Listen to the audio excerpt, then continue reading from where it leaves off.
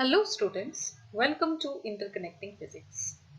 Today I will teach you electric current and the concept of drift velocity. So without wasting time, let's get started. For regular updates, you can follow me on given links. So today we are going to start the third chapter of 12th class, that is current electricity. We have already finished two chapters, that is electric charges and fields and electrostatic potential and capacitance.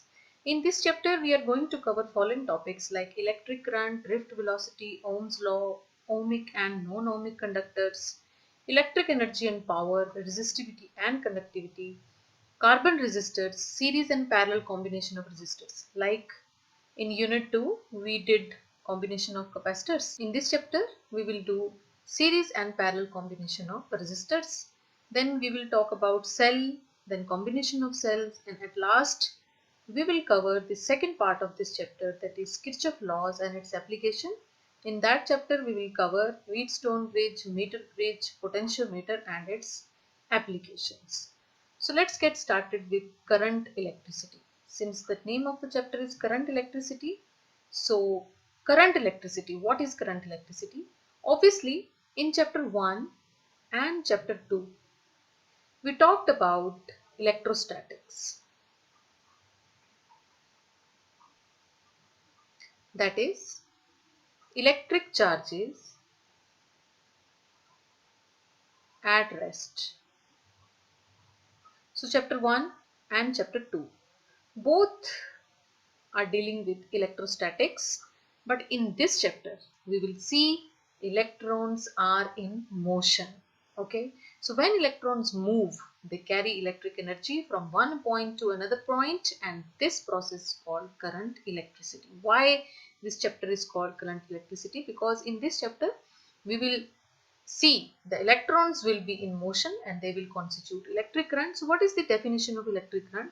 In simple language, we can say that it is the movement of electrons through a wire, or we can also say that it is the amount of electric charges flowing through any cross section of a conductor per unit time. What is mean by cross section? Okay, cross section means it is the probability to have some experiment. Okay, means the area, the small area in which there is 100% probability to have some experiment, that is called cross sections. Let us say conductor is very large, we have considered the small cross section, small part of the conductor in which we are performing some experiment. So this section of the conductor is called cross section. Let us say charges are passing through this. So what is current? It is the amount of electric charges flowing through any cross section of a conductor per unit time.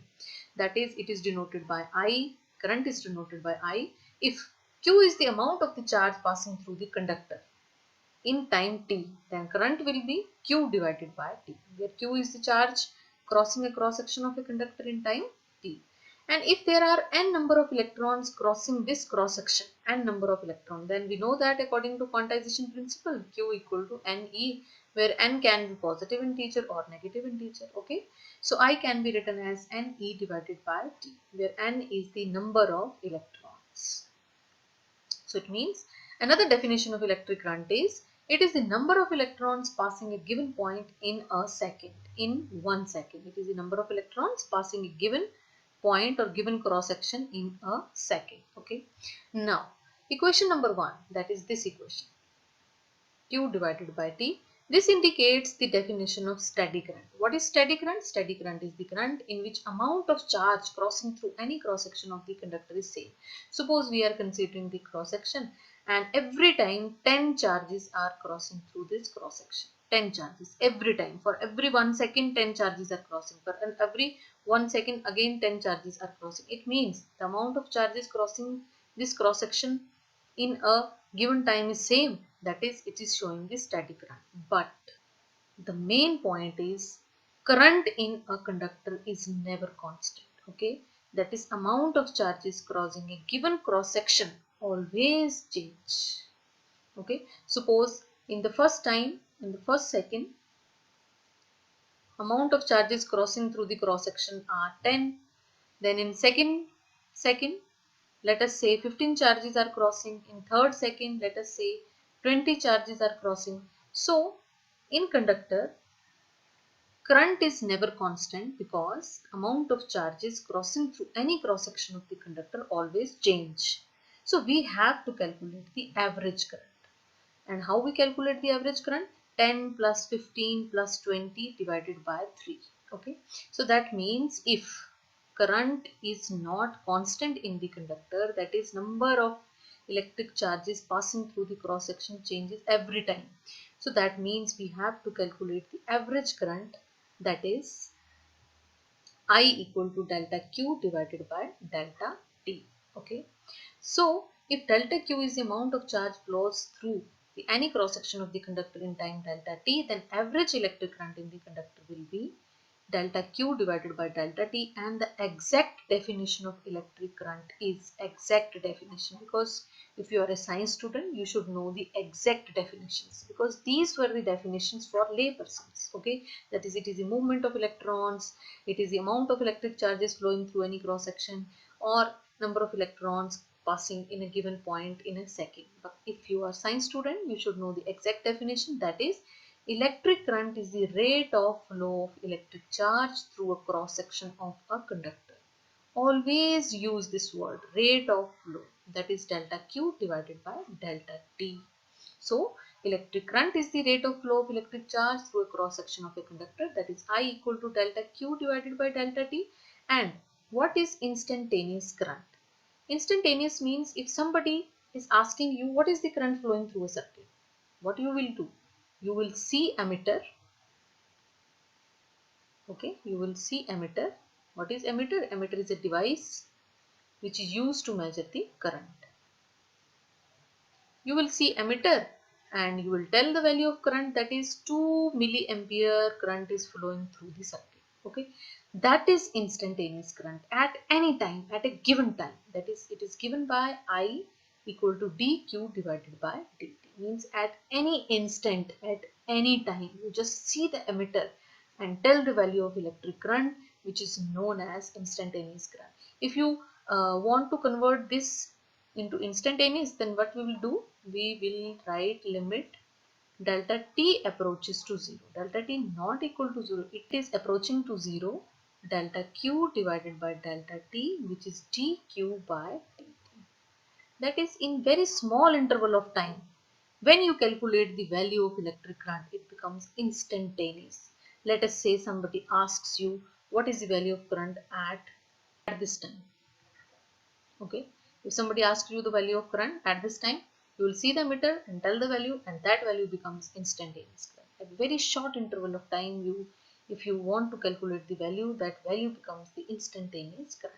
Okay, and the average value is different. You take average 10 plus 15 charges plus 20 charges divided by the total time, that will become the average value. Okay, now charge carriers.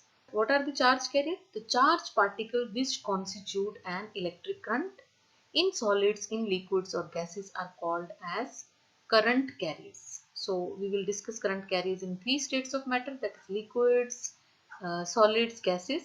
So current carriers in solid. Let us discuss first of all conductors. So in conductors, you know that there are large number of free electrons, and these free electrons when moved constitute an electric current. It means in conductors, free electrons are the current carriers. Okay, we have already discussed the free electrons, the current, the movement of electrons in first chapter.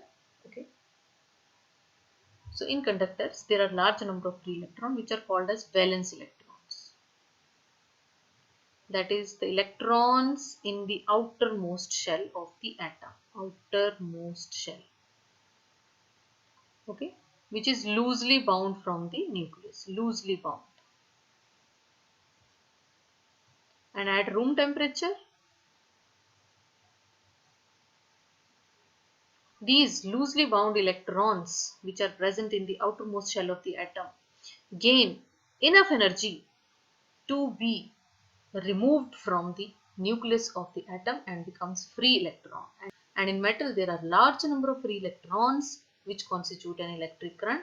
So it means in conductors, free electrons are the current carriers. And in insulators, we know that in insulators, electrons are tightly bound to their parent nucleus, okay?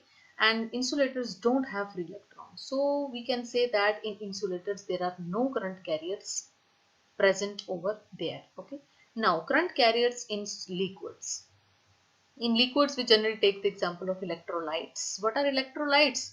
Electrolytes are some liquids which allow electric current to pass through them when some electric field is applied to the electrolytes and they dissociate into ions. If we see the example of copper sulfate solution, so when we apply some electric field through a battery, then what will happen? It dissociates into two ions, that is copper 2 positive, SO4 2 negative, that is sulfate 2 negative. And these positive and negative ions both move under the effect of electric field.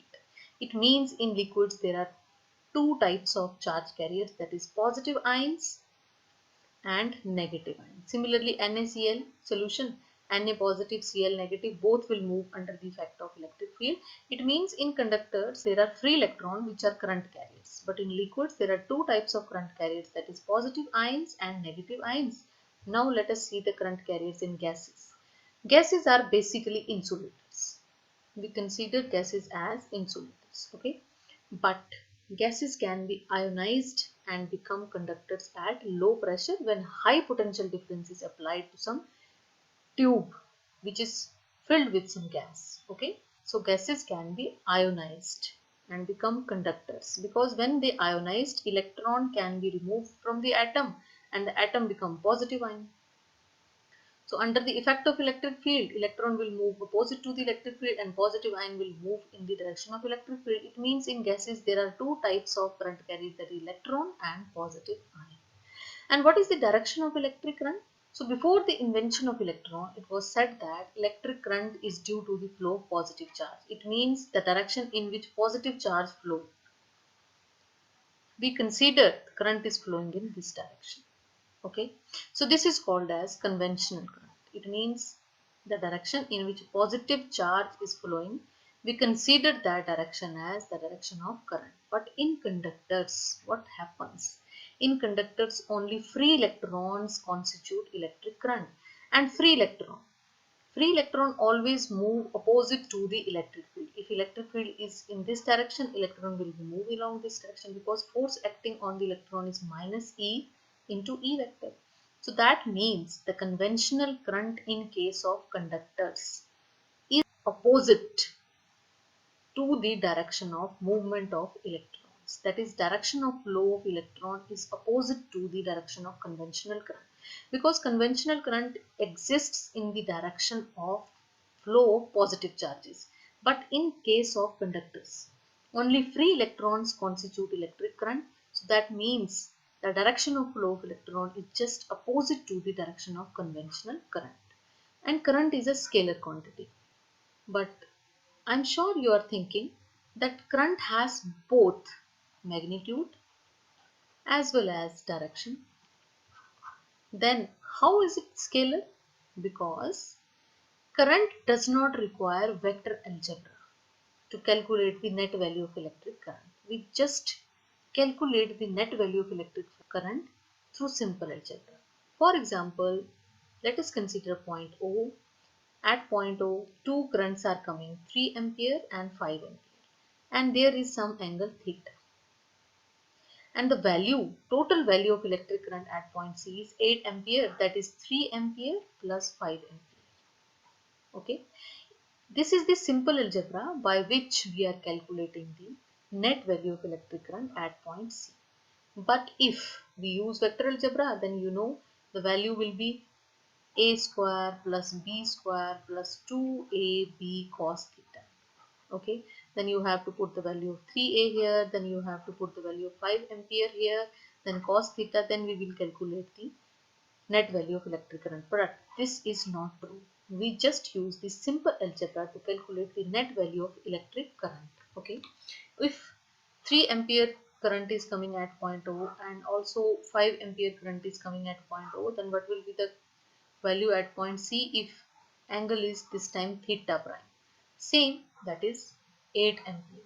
5 plus 3, 8 ampere. Means we use simple algebra. Although it has both magnitude and direction, but it is a scalar quantity because it requires simple algebra to calculate the net value of electric current. Okay. Basically, current is a tensor quantity. Tensor. What is tensor? Tensor is the physical quantity which has both types of behavior, scalar as well as vector. Okay. But in your syllabus in 12th class, tensors are not there.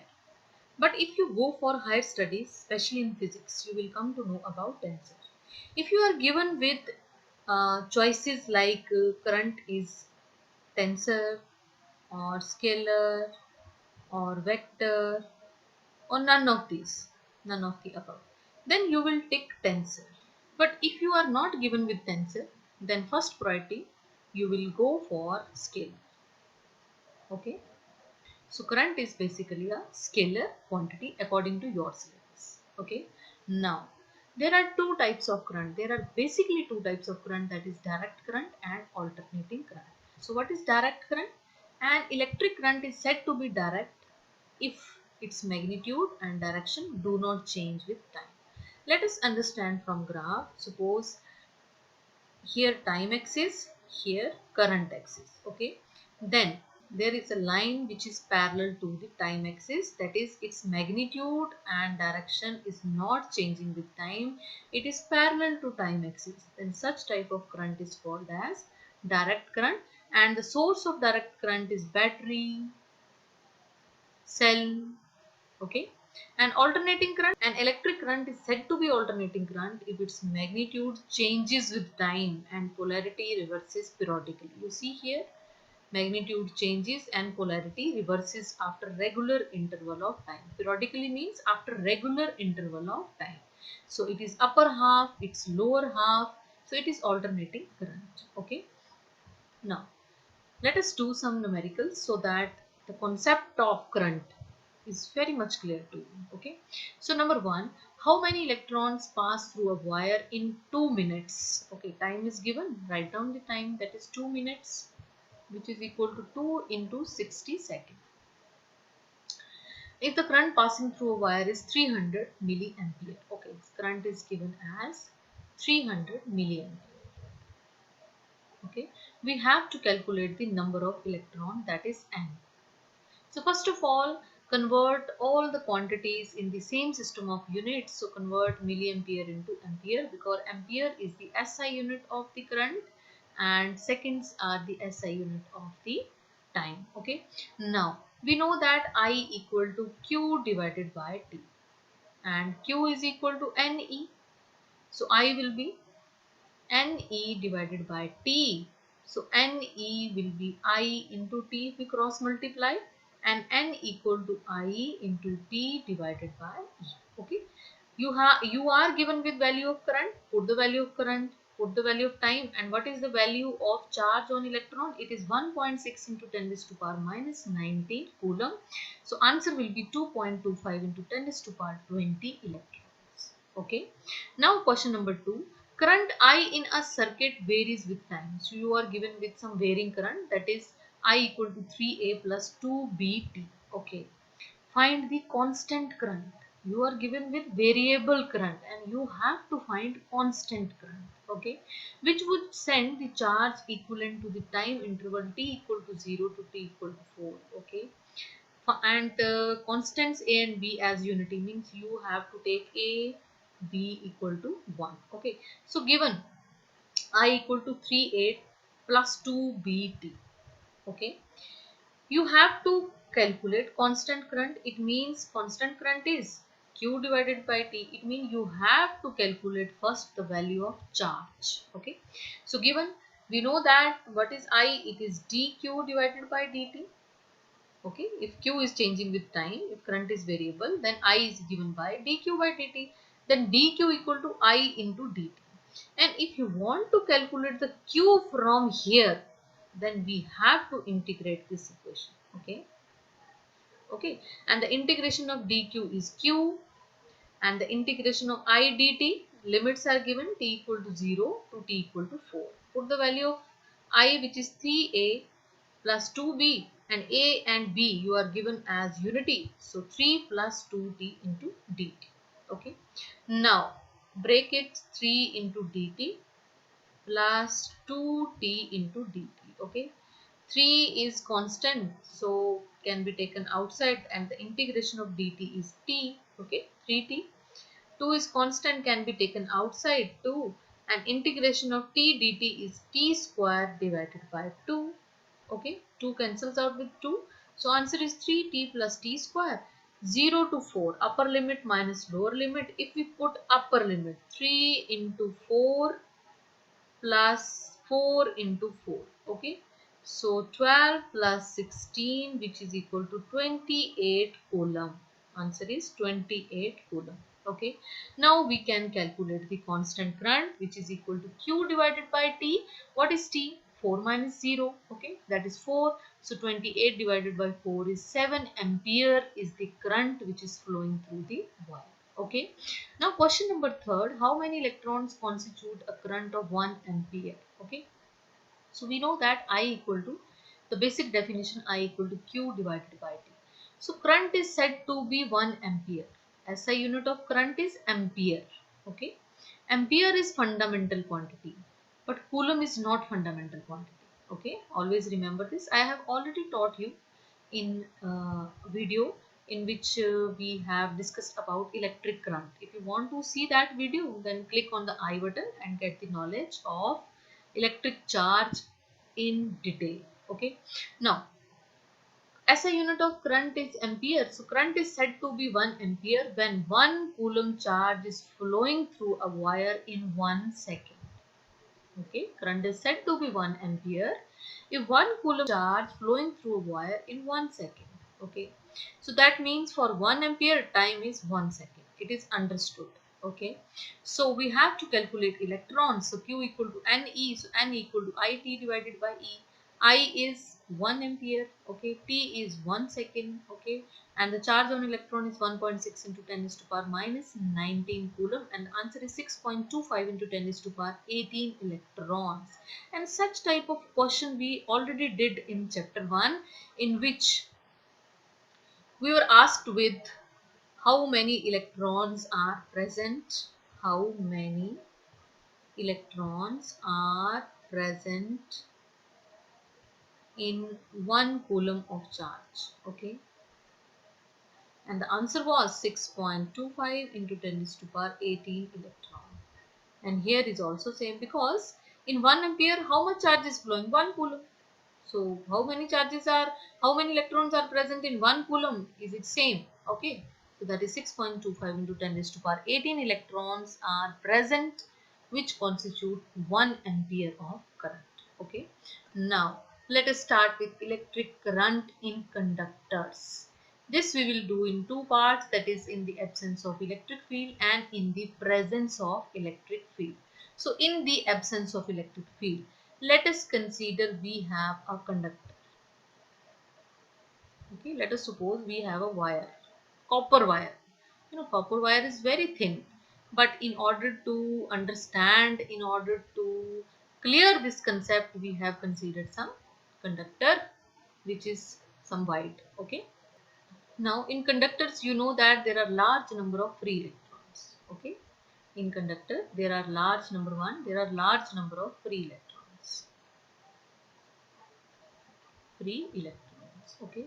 Number 2, in the absence of electric field,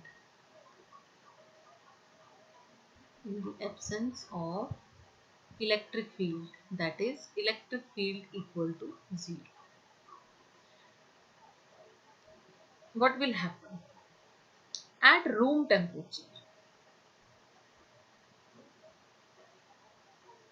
electrons acquire some energy which is called as thermal energy. At room temperature, electrons acquire some energy which is called as thermal energy, and at this energy, the speed of electrons is called thermal speed. Due to this thermal energy, electrons acquire some speed which is called as thermal speed. having value 10 raised to power 5 to 10 raised to power 6 meter per second. Okay. Now this is very large speed, thermal speed. Okay. Now in the absence of electric field, electrons are not at rest. Electrons are not at rest. They are moving with thermal speed of 10 raised to power 5 to 10 raised to power 6 meter per second. Okay. But we are not feeling any current from this wire. Why? Because these electrons cannot reach from this point to this point. Let us say this point is A, this point is B. Despite of that, electrons have very large thermal speed, but electrons cannot reach from point A to point B. Why? Because every electron move in random fashion.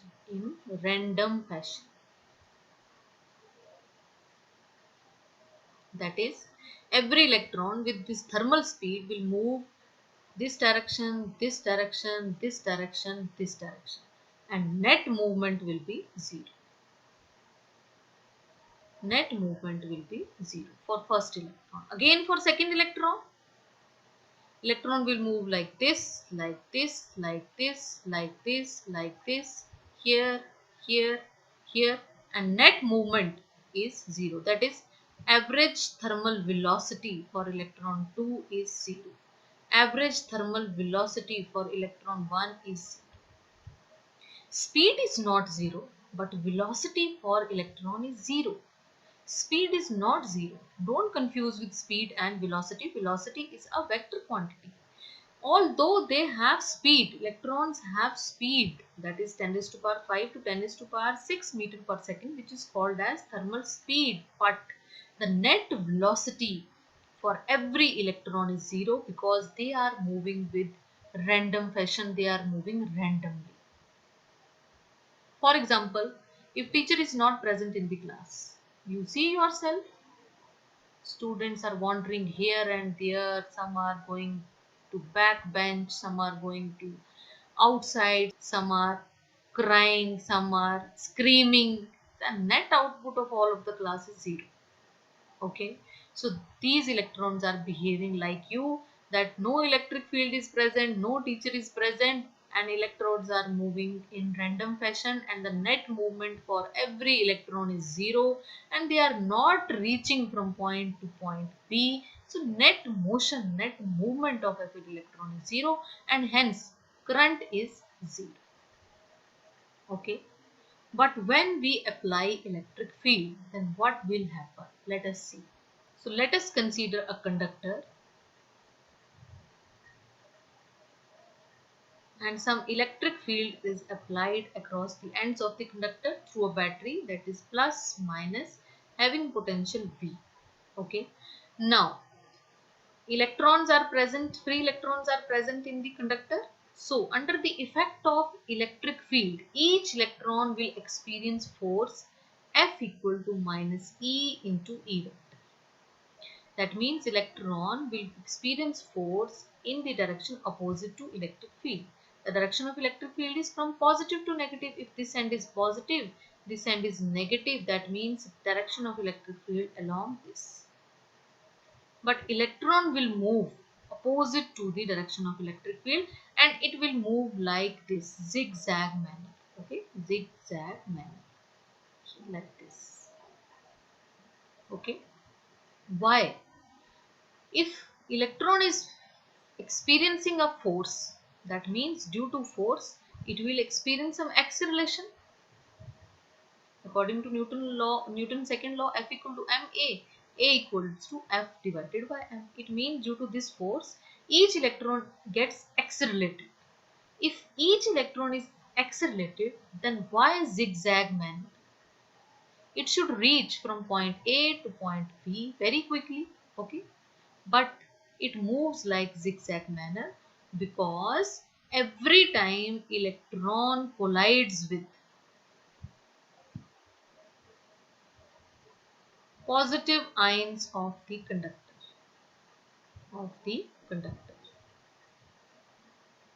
Because if we take the example of copper, what will happen? Electron has been removed, becomes free, and copper becomes positive ion.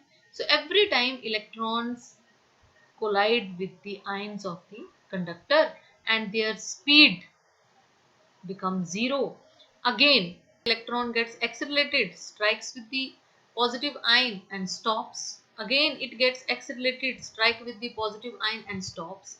Again it gets accelerated, strike with the positive ion and stop.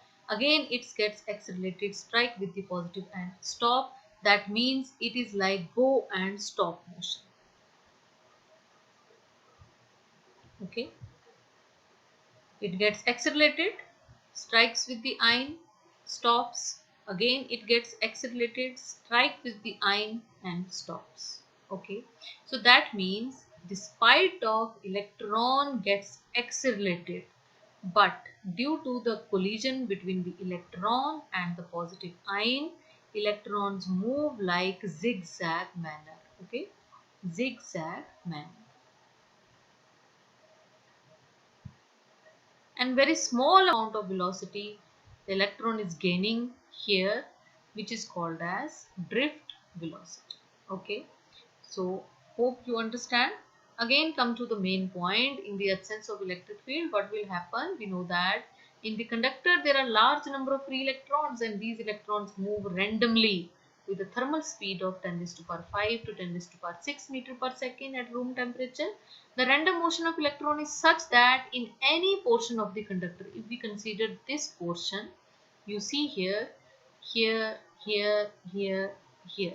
Okay, so in any portion of the conductor, the number of electrons crossing a given cross section of a conductor is equal to the number of electrons crossing the cross section in the opposite direction. Means like this. If one electron is going like this, then it will move like this, it will move like this, it will move like this, and net velocity will be 0. Okay, that means net flow of electrons in any cross section of the conductor is 0, hence electric current in the conductor is 0 in the absence of electric field, that is when electric field is 0. So when electric field is present, in the presence of electric field, when we apply electric field across the ends of the conductor through a battery, then direction of electric field is from positive to negative. Okay, and each electron will experience a force F equal to minus E into electric field. That is, there is a current in the conductor due to the movement of electrons from negative end to positive end, and cell or battery provides a steady current in this conductor. Okay, but the electrons move in zigzag manner because each electron get accelerated and strikes with the positive ion and it gets stopped. Again it gets accelerated, strike with the positive ion and gets stopped. Okay, so this process continues to happen and electrons move in zigzag manner, and it will reach from negative end to positive end, and this will constitute an electric current. Okay, now drift velocity. Okay, let us understand what is drift velocity. You know, in the absence of electric field, the flow of electron is such that average thermal velocity of the total number of free electrons in conductor is 0. Thermal velocity, thermal speed is there, which is 10 raised to power 5 to 10 raised to power 6 meter per second. But at room temperature, the average thermal velocity of total number of free electron is 0, because each electron is moving like this, like this, like this, like this, and net velocity is 0. So that means average thermal velocity of all electrons present in the conductor is 0. Okay, where n is the number of free electrons. When electric field is applied across the conductor, the free electrons get accelerated in a direction opposite to the direction of electric field. Okay, and due to this acceleration, electrons gain some extra velocity, but for very short time. Why short time? Because electron, when accelerated, collide with the positive ion of the conductor, and during this collision, the extra velocity gained is destroyed. Again electrons get accelerated and collides with the ions of the conductor and comes to rest after the collision with the ions. So due to this, electrons acquire very small velocity which is called drift velocity in a direction opposite to the direction of electric field, and the flow of electrons with drift velocity from one end of the conductor to the another end constitutes electric current. So let us derive the expression for drift velocity. You know, according to Newton's second law, F vector equal to ma vector, and acceleration is F divided by m.